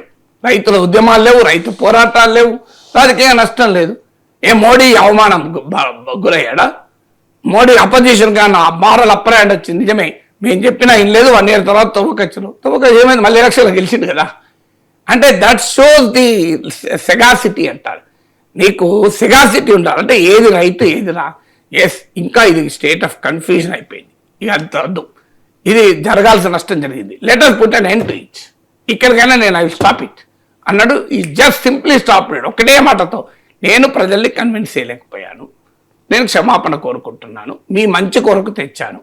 ప్రజలు ఏమనుకున్నారు? పాపం మోడీ మంచి కొరకే తెచ్చాడు, కానీ ఇట్లా జరిగిందిలే, మళ్ళీ వచ్చాడు కదా అనుకున్నారు. అంటే ప్రజలు కన్విన్స్ అయితే డిజాస్ట్రస్ పాలసీ కూడా పొలిటికల్గా మంచి రిజల్ట్ ఇస్తుంది. డిమానిటైజేషన్ ఒక ఉదాహరణ. Demonetisation is an economic disaster. అందరికీ తెలుసు, సాధించింది ఏమీ లేదు. 3 లక్షల కోట్ల బ్లాక్ మనీ దొరుకుతుంది. సుప్రీంకోర్టుకి అఫిడవిట్ ఇచ్చారు. 3 రూపాయలు ఎంత దొరికింది బ్లాక్ మనీ దొరికిందా? ఎవరి పేర్లు చెప్పారు చూడండి. అయినా కూడా డిమానిటైజేషన్ వల్ల ఎలక్టోరల్గా లాభపడ్డాడు మోడీ, నష్టపోలేదు. ఎందుకు? ప్రజలది లాభం అని నమ్మారు. అందువల్ల ప్రజలు నమ్మడం లేదు కనుక నేను వెనక్కి వస్తున్నా. ప్రజాస్వామ్యంలో డెమోక్రసీ, ప్రజలే గౌరవం. మేము ఒకప్పుడు సమైక్య రాష్ట్రం అన్న తెలుగుదేశం, అసలు సమైక్య రాష్ట్రం కొరకు నిలబడ్డ తెలుగుదేశం తర్వాత తెలంగాణకు అనుకూలంగా మార్చుకోలేదు విధానం. సమైక్య రాష్ట్రం కొరకు నిలబడ్డ మేము తర్వాత ఆర్టికల్ 3 ప్రకారం మీరు నిర్ణయం తీసుకోవాలి అనలేదా? ఏం ప్రజల అభిప్రాయానికి మార్చుకుంటాం అని చెప్పొచ్చు కదా. జై ఆంధ్ర అన్న ఉద్యమం నడిపిన వాళ్ళు సమైక్య ఉద్యమం నడపలేదా? ఎన్ని మారలేదు? ఒకప్పుడు ఇదే ఆంధ్ర గడ్డ పైన జయాంధ్ర ఉద్యమం నడిచింది కదా. జయాంధ్ర అంటే మరి రాష్ట్ర విభజనే కదా. అదే ఆంధ్ర గడ్డ పైన ప్రజలు సమైక్య ఉద్యమం నడిపారు కదా. మరి జయాంధ్రకు సమైక్య ఉద్యమానికి సంబంధం లేదు కదా. సో అందువల్ల రాజకీయాల్లో మారుతారు. తెలుగు ప్రజల ఐక్యత కొరకు పుట్టిన పార్టీ తెలంగాణ వాదాన్ని ఎందుకు ఎత్తుకున్నది? కాంగ్రెస్ కన్నా ముందే ఎత్తుకున్నది 2009లోనే. So that is how politics change. నేను కూడా ఒప్పుకుంటున్నా, కన్విన్స్ చేయలేకపోయాను ప్రజలకు. కానీ ఇక అక్కడికి ఆపుంటే ఇక అమరావతి పైన జగన్ మీద అటాక్ ఉండేది కాదు. పైగా జగన్ ఆ ఫండ్స్లోకి వచ్చేవాడు. ఏమైంది? రైతులకు పట్టాలు ఎప్పుడు ఇస్తావు? అమరావతి రైతుల తరఫున మేము పోరాడతాం, పట్టాలు ఇస్తావా ఇవ్వవా అని కొట్లాడచ్చు. ఆ ఆపర్చునిటీ వదులుకున్నాడు. అంటే నీ స్టాండ్ మీద నువ్వు నిలబడాలి, రియాలిటీని అర్థం చేసుకోవాలి. నేను రియాలిటీని అర్థం చేసుకోను, నా స్టాండ్ పైన నిలబడలేను, నా కన్ఫ్యూజన్ మళ్ళీ ఇంకా పెంచుకుంటాను, నేను తలనొప్పితో ఉన్నాను, డీజే పెట్టుకుంటాను అంటే ఇంకేముంటుంది? తలనొప్పి పెరుగుతుంది. అందుకే మీకు ఇంత హడావుడి జరుగుతున్నది. సో ఒక రకంగా మావిగన్ ఇప్పుడు జగన్ పైన మావిగన్ తుపాకులు పేలుతున్నాయి. కూటమి నేతల తీరుపై చాలా విమర్శలు వస్తూ ఉన్నాయి sir.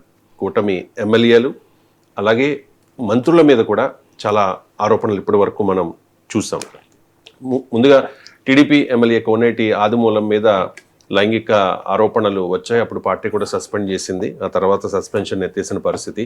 Mohammed Nazir TDP MLA మీద కొన్ని లైంగిక ఆరోపణలు వచ్చాయి. And Koona Ravikumar TDP MLA మీద ఒక ప్రిన్సిపాల్ సౌమ్య శారీరకంగా మానసికంగా తనను వేధిస్తూ ఉన్నాడు ఎమ్మెల్యే అంటూ కొన్ని ఆరోపణలు చేసిన పరిస్థితి. రీసెంట్గా అరవా శ్రీధర్ రైల్వే కోడూరు ఎమ్మెల్యే మీద హర్ష వీణా అనే ఒక మహిళ తీవ్ర ఆరోపణలు చేసింది, వాడుకుని వదిలేశాడు అని చెప్పి కామెంట్ చేసింది. తాను ఒక 2 రోజుల క్రితం రైల్వే కోడూరులో నిరసన తెలిపే క్రమంలో జనసేన నేతలు కొందరు ఆమెపై దాడి చేశారనే దృశ్యాలు కూడా సోషల్ మీడియాలో వైరల్ అయ్యాయి. అండ్ 2 మంత్రుల గురించి కూడా మనం ప్రస్తావించుకోవాలి సార్. గతంలో గుమ్మడి సంధ్యారాణి మీద చాలా ఆరోపణలు వచ్చాయి, అలాగే మండిపల్లి రాంప్రసాద్ రెడ్డి మీద కూడా చాలా ఆరోపణలు వచ్చాయి. ఈ నేపథ్యంలో వాళ్ళిద్దరిని కూడా పిలిచి చంద్రబాబు నాయుడు మందలించినట్టుగా వార్తలు వచ్చాయి. ఇక సీన్ కట్ చేస్తే శాసనసభ స్పీకర్, రాజ్యాంగబద్ధమైన పదవిలో ఉన్న చింతకాయల అయ్యన్న పాత్రుడు ఇప్పుడు వైరల్ అవుతూ ఉన్నారు సార్. అనకాపల్లి జిల్లా నర్సీపట్నంలో మరిడమ్మ జాతరలో డప్పు కళాకారుణ్ణి, అతడు దళితుడు సార్, చూశాను సోషల్ మీడియాలో, అతన్ని చెంప చెల్లు మనిపించేలా కొట్టిన దృశ్యాలు ఇప్పుడు మనం స్క్రీన్ మీద కూడా చూస్తూ ఉన్నాం, వైరల్ అవుతూ ఉన్నాయి సార్. కూటమి నేతలు చేస్తున్న ఈ కార్యక్రమం, ఈ పనుల వల్ల చంద్రబాబు నాయుడికి చెడ్డ పేరు వస్తుందని చెప్పి కొంతమంది కామెంట్ చేస్తున్న పరిస్థితి. ఎందుకు సార్ 1 by 1 ఇలాగా వీళ్ళు ఈ పనులు చేస్తూ ఉన్నారు? మరి కూటమికి అప్రతిష్ట కలుగుతుంది కదా? కొత్త కాదు మీకు. అంతకుముందు ఒక ఎంపీడీఓను, ఒక ఉమెన్ ఎంపీడీఓను ఎమ్మెల్యే హింసించిన ఉదాహరణ చూశాను. అలాగే ఒక ఎస్పీని ఒక ఎమ్మెల్యే ఏకంగా ఆయన ఎస్పీ కార్యాలయంలో బంధించింది చూశాము. మీకు ఆర్టీఏ ఆఫీస్లో వచ్చి, ఐ థింక్ ఎమ్మెల్యే అనుకుంటా, నానా హంగామా చేసి చూశాం. సో ఇలా ఎందుకు అవుతున్నారంటే రాజకీయ నాయకులు, పార్టీ వేరు కల్చర్ వేరు, ఈ పార్టీ ఆ పార్టీ అని కాదు. సో పొలిటికల్ కల్చర్ ఏమైంది అంటే, మాకు ప్రజలు అధికారం ఇచ్చారు కనుక మాకు రాజ్యాంగం వర్తించదు, చట్టం వర్తించదు, రూల్స్ వర్తించవు, రూల్ ఆఫ్ లా వర్తించదు, మేము రాజులం అనే ధోరణి, ఒక రాచరిక భూస్వామ్య మనస్తత్వం రాజకీయ నాయకుల్లో కొందరిలో, అందరిలో అంటలేను నేను, కొందరిలో ఆ రాచరిక భూస్వామ్య మనస్తత్వం ఎంటరవుతోంది. సో ఆ రాచరిక భూస్వామ్య మనస్తత్వం ఎక్కడి దాకా పోతుంది అంటే, మేము ఏం చేసినా చెల్లుతుంది అని. ఎందుకంటే పొలిటికల్ పవర్ ఉన్నంత కాలం మేము ఏం చేసినా చెల్లుతుంది అనే ఒక ఉన్మాదం తలకెక్కితే, అధికారం అహంకారం తలకెక్కితే నాయకులు ఏ రకంగా ఉంటారు? సో నువ్వు రూల్ ఆఫ్ లా కాదు, you have to follow the rules కదా. నువ్వు క్రియేట్ చేసిన లా నీవే ఉల్లంఘిస్తే నీకు అది ఏ గౌరవం వస్తుంది? అంటే నేను ఎమోషన్ తట్టుకోలేకపోయానంటే మరి ఇంకెవడో ఎమోషన్ తట్టుకోలేక నేను కూడా ఒప్పుకుంటావా? నేను కూడా ఎమోషన్ తట్టుకోలేకపోయినా అని. అందువల్ల సోషల్ గా నీకన్నా బలహీనుడు గనక, నేను ఎమ్మెల్యేతో పోలిస్తే ఒక చిన్న ప్రభుత్వ బలహీనుడు, స్పీకర్తో పోలిస్తే ఒక డప్పు కొట్టే కళాకారుడు బలహీనుడు. సో మేము ఏమైనా చేయగలుగుతాం మిమ్మల్ని అనేటువంటి ఒక ఆధిపత్య ధోరణి మొదటి కారణం. రెండవది నాయకత్వ అశక్తత, అసమర్థత. సో ఇలాంటివి జరిగినప్పుడు, ఇన్ని పరిణామాలు జరిగినప్పుడు ఎందుకు చర్య తీసుకోరు? సో ఒక్కరి పైన ఇద్దరి పైన చర్య తీసుకుంటే మళ్ళీ జరుగుతుందా? సో ఇంపాసిబుల్ కదా. సో అంటే నాయకత్వం కూడా ఏం చేస్తున్నారు, నా ముఖ్యమంత్రి పదవికి ప్రమాదం రానంత కాలం నేను రియాక్ట్ కాను. ఎన్నికల్లో గెలవటానికి గెలవడం నాకు ముఖ్యం కనుక ఏదన్నా కానీ ఆ వ్యక్తి ఎన్నికల్లో గెలవగలిగేవాడైతే నేను ముట్టుకోను. నాకు కావాల్సింది వాళ్ళు ఎన్నికల్లో గెలవాలి, ఎమ్మెల్యేలు, నేను ముఖ్యమంత్రి కావాలి. సో అందువల్ల వాళ్ళు ఏం చేస్తారు, నాకేంది, ఎన్నికల్లో గెలవగలుగుతారా లేదా అనేది నా క్రైటీరియా అని ఒక నాయకత్వం చూపెట్టలేని ఒక సామర్థ్యాన్ని, సో నాయకత్వ అశక్తత, అసమర్థతను, ఉదాసీనత వల్ల కూడా ఇది పెరుగుతోంది. సో మీకు పార్టీకి డ్యామేజ్ కాదు, జరుగుతుంది. డ్యామేజ్ జరిగినా కూడా ఏం చర్య తీసుకుంటారు? ఇప్పుడు కేశినేని చిన్ని వర్సెస్ కులకపోటి శ్రీనివాసరావు ఎంపీ వర్సెస్ ఎమ్మెల్యే రోజు నడుస్తుంది, ఇప్పటికీ నడుస్తుంది. చంద్రబాబు అనలేదా, నేను దుబాయ్ నుంచి వచ్చిన తర్వాత నేనే చూస్తా అని దానికో డిసిప్లినరీ కమిటీ వేసి విచారణ చెప్పి ఏం చేశారు? ఎవరిని ఏం చేయలే కదా. ఈయన పేర్లు ఇచ్చారు, ఆయన పేర్లు ఇద్దరు బాగానే ఉన్నారు. రోజు ఇప్పటికీ కూడా నడుస్తున్నది, ఇప్పటికి ఏం తక్కువ నడుస్తుందా? సో ఓపెన్గా నడుస్తుంది, అయినా కూడా ఏం చేయలేరు, అసమర్థత, అశక్తత. అందువల్ల నాయకత్వము ఒక బలహీనత క్లియర్గా కనబడుతుంది. ఒక లీడర్ అనేవారు చాలా ఫర్మ్గా ఉండాలి, కొన్ని రెడ్ లైన్స్ దాటకూడదు, కొంతవరకు ఓపిక పడతాం. Beyond point nothing doing. ఎంత పెద్దవాడైనా వి విల్ సాక్ యూ. అనేటువంటి వైఖరి తీసుకున్న నాయకుడు 10 కాలాల పాటు నిలబడతాడు, 10 కాలాల పాటు పేరుంటుంది. కానీ అంత బలహీనంగా నాయకత్వం ఉంటే, పైకోమో గాంభీర్యము లోపలంత బలహీనత ఉంటే ఎలా? ఇది రెండవది. మూడవది rule of law, break down of rule of law. Administration స్పైన్లెస్గా మారడం, వెన్నెముక లేని జీవులుగా మారడం. కారణం ఏంటంటే ఆ రాజకీయ అవినీతిలో వీరు భాగమవుతారు, లేదు రాజకీయ నాయకత్వ దుర్మార్గాల్ని ఎదిరించలే అసమర్థత అవుతారు.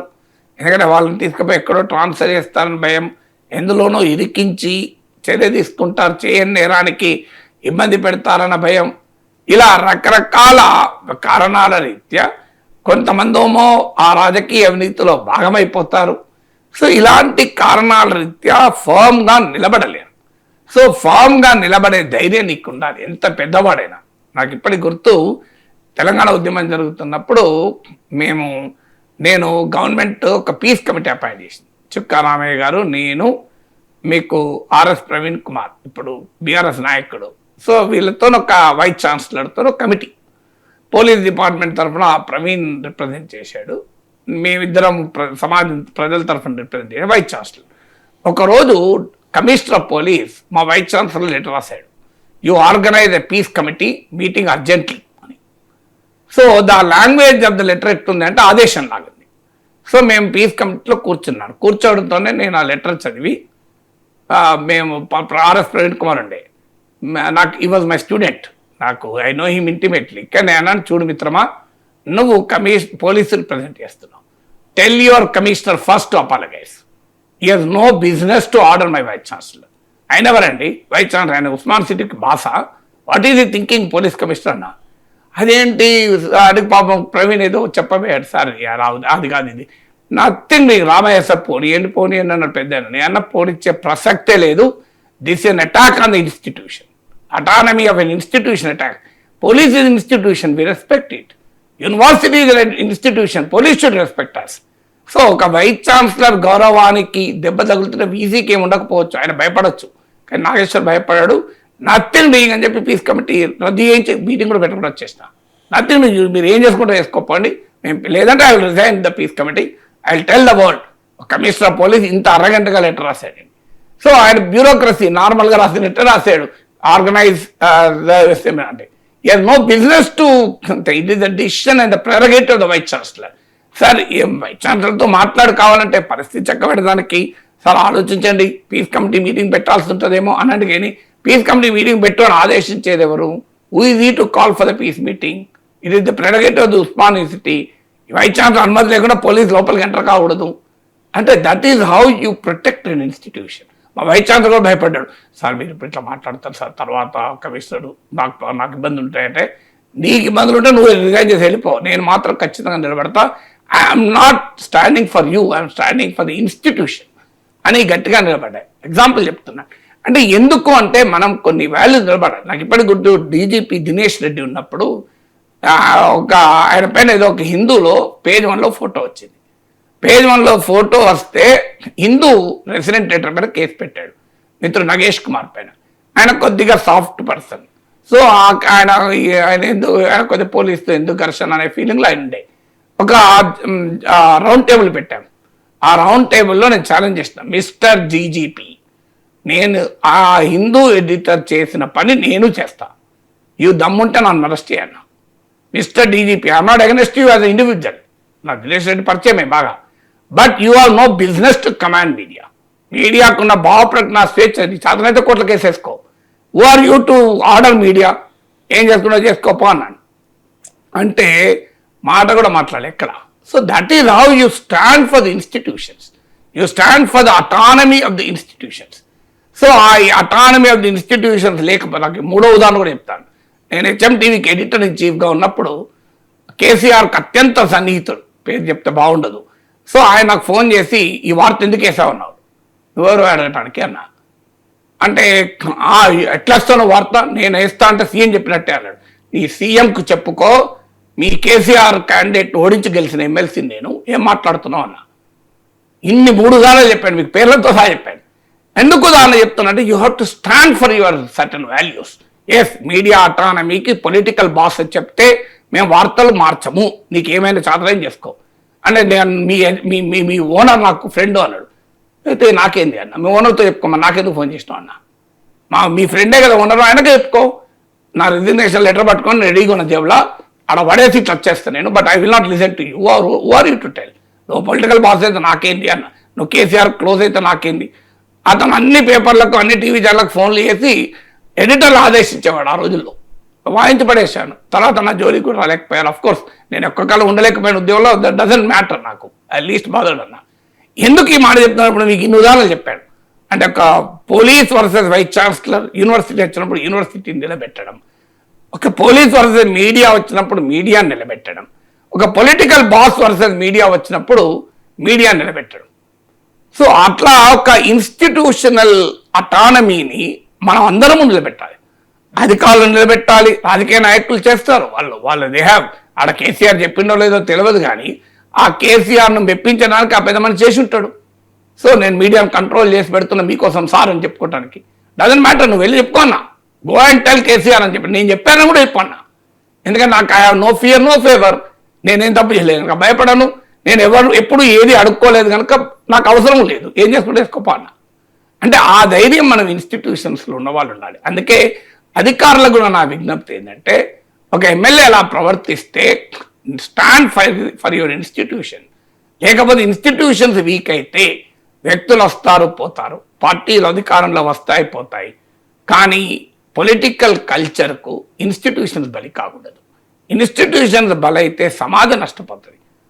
ఇన్స్టిట్యూషన్స్ను మనం ప్రొటెక్ట్ చేసుకోవాలి, మీడియా స్వేచ్ఛను ప్రొటెక్ట్ చేసుకోవాలి, అధికారులకు ఉండే స్వేచ్ఛను ప్రొటెక్ట్ చేసుకోవాలి, యూనివర్సిటీస్కి ఉండే అటానమీని ప్రొటెక్ట్ చేసుకోవాలని నేను ఎందుకు నిలబడ్డా అంటే కారణాలు నా అనుభవం చెప్పాను. సో ఆఫీసర్స్ కూడా నా రిక్వెస్ట్ ఏంటంటే, ఏం చేయగలుగుతారు మిమ్మల్ని, ఏం ఉద్యోగాలు తీసేస్తాడా, ట్రాన్స్ఫర్ అయితే చేయనియండి. అశోక్ కేమ్ ఖాన్ ఒక ఐఏఎస్ ఆఫీసర్ 6 నెలలకు ఒకసారి ట్రాన్స్ఫర్ అయ్యాడు మొత్తం సర్వీస్లో. ఏ గవర్నమెంట్, కాంగ్రెస్ గవర్నమెంట్ ఉన్నా బీజేపీ గవర్నమెంట్ ఉన్నా అదే తత్తు, ఇక ట్రాన్స్ఫర్ అవుతూనే ఉండేవాడు ఎవ్రీ 6 monthsకు. అండ్ నేను ఒకరోజు ఒక ఐఏఎస్ ఆఫీసర్ని అడిగాను, సార్ ఇట్లా ట్రాన్స్ఫర్ ఏమున్నది సార్, లంచ అవినీతికి లేనోడికి 6 నెలలకు ఒకసారి ట్రాన్స్ఫర్ అయితే అడ్వాంటేజ్ సార్, మా ఆల్ ఇండియా సర్వీస్ రూల్స్ ప్రకారం ట్రాన్స్ఫర్ అయినప్పుడల్లా 1 month ఏదో వాళ్ళకు ఇన్సెంటివ్ కూడా వస్తాయట, ట్రాన్స్ఫర్ కావటానికి ఆ డబ్బులని ఇస్తారట. సో మాకు లాభమే, ఆయనకు 6 నెలలకు ఒకసారి ఈ ట్రాన్స్ఫర్ ఎలవెన్స్ వస్తుంది సార్ అన్నాడు. అంత ధైర్యంగా ఉన్నాడు అశోక్ కేమ్. మీకు గూగుల్లో కొట్టండి వస్తే అశోక్ కేమ్ కానీ హర్యానా బ్యాచ్ ఐఏఎస్ ఆఫీసర్. ఎవరికి భయపడలే, ఈ పార్టీ భయపడే ఆ పార్టీ, ఎవరు వచ్చినా తను బతకనియలే. So you stand for it. Institutions are protected by individuals also. మీకు టిఎన్ శేషన్ ఎలక్షన్ కమిషనర్ అయ్యేదాకా ఎలక్షన్ కమిషన్ ఇంత పవర్ ఉంటుందని మీరు విన్నారా రవిశంకర్ గారు? ఎలక్షన్ కమిషన్ అంటే అది ఏమున్నది అనుకున్నారు. So TN Seshan shown what is election commission. అందువల్ల you have to stand for it. నేను 1988 నెదురుమల్లి జనార్దన్ రెడ్డి చీఫ్ మినిస్టర్ ఉన్నప్పుడు 88-89 ఆ ప్రాంతం అనుకుంటాను, నేను ఒక ఆర్టికల్ రాశాను. Times of India group elite daily ఉండేది, ఇండిపెండెంట్ అని. సో ఆర్టికల్ ఏంటంటే, ఈ ముఖ్యమంత్రికి ఇక అర్హత లేదు ఉండటానికి అని. అప్పుడు ఈ ప్రైవేట్ ఇంజనీరింగ్ కాలేజ్ మెడికల్ అనుమతుల పైన పెద్ద ఎత్తున విద్యార్థుల నిరసన నానా కూడా ఉంది. దానికి హెడ్లైన్ పెట్టారు వాళ్ళు, glad to see him go అని, ముఖ్యమంత్రి ఫోటో వేసి. దాంతో చీఫ్ మినిస్టర్ ప్రెస్ అడ్వైజర్ మా వైస్ ఛాన్సలర్ ఫోన్ చేశాడు, హూ ఈజ్ హీ అని. అంటే ఆయన is a lecturer with a experience ఎంత అంటే హార్డ్లీ మీకు 88-89 కాదు, 93 ఆ ప్రాంతం అనుకుంటా. 89లో ఎన్టీఆర్ ఓడిపోయినాక వచ్చాడు అధికారంలో. హార్డ్లీ 5 years ఆఫ్ ఎక్స్పీరియన్స్ నాకు. నేను 88లో ఉస్మాన్ సిట్లో చేరాను, కరెక్ట్గా ఇయర్ గుర్తులేదు కానీ ఆ 94లో మళ్ళీ ఇంటర్వర్ వచ్చాడు కదా. ముందు విజయభాస్కర్ రెడ్డి కన్నా ముందు జనార్దన్ రెడ్డి ఉండే. So within 5 years of my service, అంటే 5 ఏళ్ల సర్వీస్ ఉన్న లెక్చరర్ అంత ధైర్యంగా చీఫ్ మినిస్టర్ మీద రాస్తాడా అన్నాడు. ఆయన మరి ఏమనుకుంటున్నాడు, వైస్ ఛాన్సలర్ వెంటనే నన్ను పిలిచాడు. అంటే సార్ మీరు ఎందుకు రిస్క్ తీసుకుంటావు, పెళ్ళై 1-2 years 3 years అయింది, కొడుకు పుట్టి 1 year అయింది, కొడుకు కొన్ని డేసే 1 year కూడా కాదు, ఈ టైంలో ఉద్యోగం పోతే రిస్క్ అవుతుంది అంటే నేను అన్నాను, సార్ నా మీద మీకు అభిమానం ఉంటే ఇంత మంచి సలహా ఇస్తున్నారు కదా, ఆ చీఫ్ మినిస్టర్ ఆఫీస్ ఫోన్ చేసి అడ్వైజర్కు నీ చాతనైంది చేసుకోమంటున్నాడు, సస్పెండ్ అయినా చేసుకోమంటున్నాడు అని చెప్పండి సార్ అన్న. సస్పెండ్ చేస్తే నేను 20 ఏళ్ళు హాఫ్ శాలరీతో ఎంజాయ్ చేస్తా, 20 ఏళ్ళు ఎక్కడన్నా క్లాసులు చెప్పుకొని బతుకుతా తెలివి నుండి, 20 ఏళ్ళ తర్వాత సుప్రీంకోర్టుకు పోయినా ఫుల్ శాలరీ తెచ్చుకుంటా. ఎందుకంటే university is not part of government, I have autonomy. అప్పుడు జూబ్లీహిల్స్లో ఇల్లు కట్టుకుంటా చాలా డబ్బులతోని. నాకు ఆ శాలరీ సేవ్ అవుతుంది సార్, మామూలు విషయం కాదు కదా అన్న. ఆ వైస్ ఛాన్సలర్ ఏం చేయాలో అర్థం కాక ఏం చెప్పిండో తెలియదు, కానీ ఆ చీఫ్ మినిస్టర్ ప్రెసిడెంట్ వదిలి మళ్ళీ నా జోలికి రాలే. మీకు నాకు ఇప్పటికి గుర్తు, నాకు మంచి మిత్రుడు, ఇది వెరీ గుడ్ జర్నలిస్ట్ ఆల్సో, ఇప్పుడు లేరు, సిహెచ్ రాజేశ్వరరావు అని, హైలీ వెల్ రెడ్ జర్నలిస్ట్. చాలా ఆయన దగ్గర నేను కలిసి పనిచేశాను కూడా. Very very highly red journalist. కానీ ఆ రోజు సీఎం కోపం వచ్చుంటారు సీఎంకు, కన్వే చేయాలి కదా అని కన్వే చేశాడు. సో ఎందుకు ఇవన్నీ చెప్తున్నానంటే, we should stand for certain institutional integrity. అలా అధికారులు కూడా ఆ ఇన్స్టిట్యూట్ నిలబడాలి, ముఖ్యమంత్రులు నిలబడాలి, chief minister what nonsense you are doing అనాలి. ఏం నలుగురు పోతారు, కొన్నిసార్లు పొలిటికల్గా ఇమీడియట్గా నష్టం ఉండవచ్చు, కానీ లాంగ్ టర్మ్లో మిమ్మల్ని గౌరవం నిలబెట్టేది అది. చూడయా, అట్లా ఉండాలి ముఖ్యమంత్రి అంటే. పార్టీ ఎమ్మెల్యే అయినా, స్పీకర్ అయినా, మంత్రి అయినా కేర్ చేయలేదు. When it comes to values, Chandrababu Naidu compromise కాడు అని ఒక పేరున్న నిలబడుతుంది కదా. అల్టిమేట్గా పొలిటికల్గా బెనిఫిట్ అవుతుంది, నష్టం కాదని నా నమ్మకం. ఎందుకంటే అధర్మాన్ని ఎదిరించడం చాలా కష్టం, కానీ చివరకు అధర్మాన్ని ఎదిరించిన వాడే గెలుస్తాడు. గుర్తుపెట్టుకోవాలి ఎప్పుడైనా. అధర్మాన్ని ఎదిరించడం మామూలు విషయం కాదు. అధర్మాన్ని ఎదిరిస్తే అష్ట కష్టాలు పడాల్సి వస్తుంది, జీవితంలో నష్టాలు ఉంటాయి, కానీ చివరకు మాత్రం సత్యమేవే జయతే, ధర్మమే గెలుస్తుంది. అందువల్ల ఏది ధర్మం అని ముఖ్యమంత్రి ఆలోచించాలి. వీళ్ళు తప్పు చేస్తున్నారు, ఎమ్మెల్యేలు మంత్రి హోదా, స్పీకర్ హోదాను పెట్టుకొని ఇలా బిహేవ్ చేస్తున్నారు, పిలిచి చెప్పండి, సస్పెండ్ చేయమని అంటలేను, ఇది పద్ధతి కాదని వార్నింగ్ ఇవ్వండి. ఒక్కసారి 2 సార్లు 3 సార్లు వార్నింగ్ ఇవ్వండి, 4 ఇంటికి పంపండి. What will happen? MLA post 10 ఎలక్షన్లో ఓడిపోతారు, కానీ ప్రజలు 20 సీట్లు ఇస్తారు, 1 సీటు వదులుకున్నారు. ఆ లీడర్షిప్ చూపెట్టాలి, ఆఫీసర్ చూపెట్టాలి. ఇన్స్టిట్యూషనల్ ఇంటెగ్రిటీని నిలబెట్టకపోతే మనం డెమోక్రసీ చాలా ప్రమాదంలో పడుతుంది.